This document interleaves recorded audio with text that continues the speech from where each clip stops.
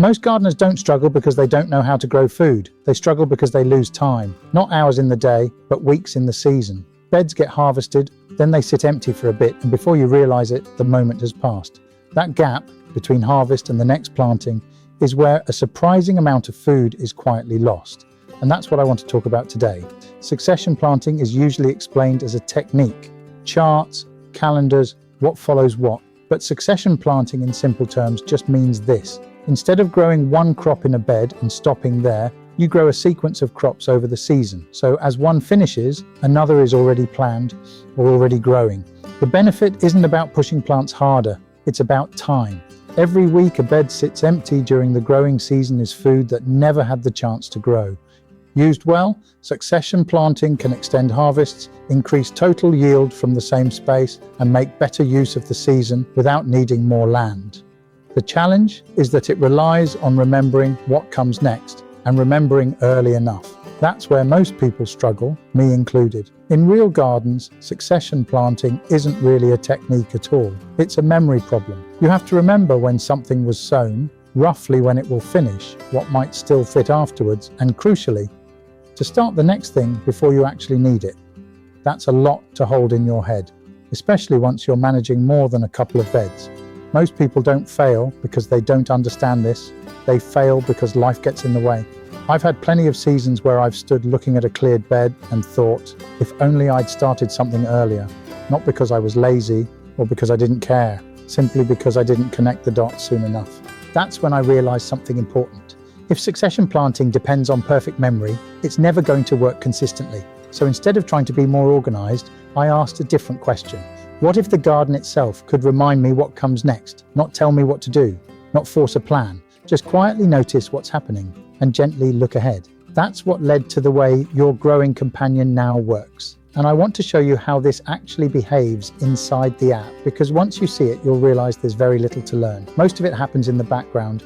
When I sow something, let's say lettuce, I simply log it in the app. I choose the crop, I choose the bed it's growing in, and I save it. That's it. At that point, the app isn't asking me to plan anything. It's just noting what I've done, where it's growing, and when it started. The bed is now occupied. That's the only thing it's completely certain about, and that matters.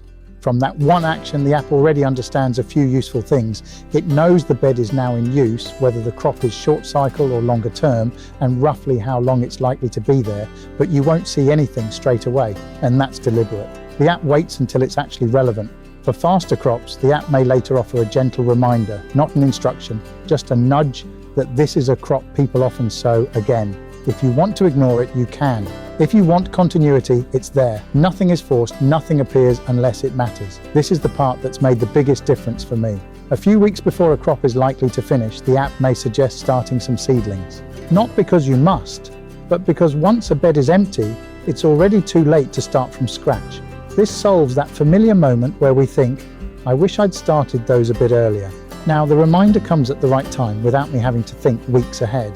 When I harvest something, I log that too. As soon as I do, the app knows the crop is finished and it knows the bed is genuinely free. This is important. It never guesses. If a bed isn't free, it won't suggest using it. Everything is based on what's actually been logged. Once a bed becomes free, the app responds to that moment. It looks at the time left in the season, my location, and what was just growing there. Then it offers a few realistic options. That might include quick crops I could still direct sow, things I could transplant if I already have seedlings ready, or the option to simply rest and mulch the bed. It also quietly encourages rotation by suggesting something different from what was just harvested. There are no lectures, no rigid rules, and importantly, it always allows you to do nothing. Sometimes resting a bed is the right choice. This is where the yield increase comes from, not from growing faster, not from pushing plants harder, but from fewer forgotten gaps, better preparation ahead of time, and calmer decisions after harvest. In real gardens, that often means an extra crop per bed per year or longer harvest windows from the same space. That's a significant increase without more land and without more stress. And I want to be clear about something. The app isn't trying to optimize your garden. It isn't trying to fill every bed. It's not telling you what you must do. It's simply connecting one step to the next, so nothing important gets forgotten. You still decide what fits your garden, your energy, and your season. Succession planting works, but only when it fits real life. By letting the app remember what I've done and quietly look ahead at what might come next, I can focus on growing instead of trying to hold everything in my head. That's why this has become one of the most powerful parts of the app for me. Not because it tells me what to do, but because it helps me not miss the moment. If you're curious, you'll find a link below to your growing companion. Use it, explore it, and see if it fits the way you garden. And as always, grow calmly, grow deliberately, and let the garden show you the way.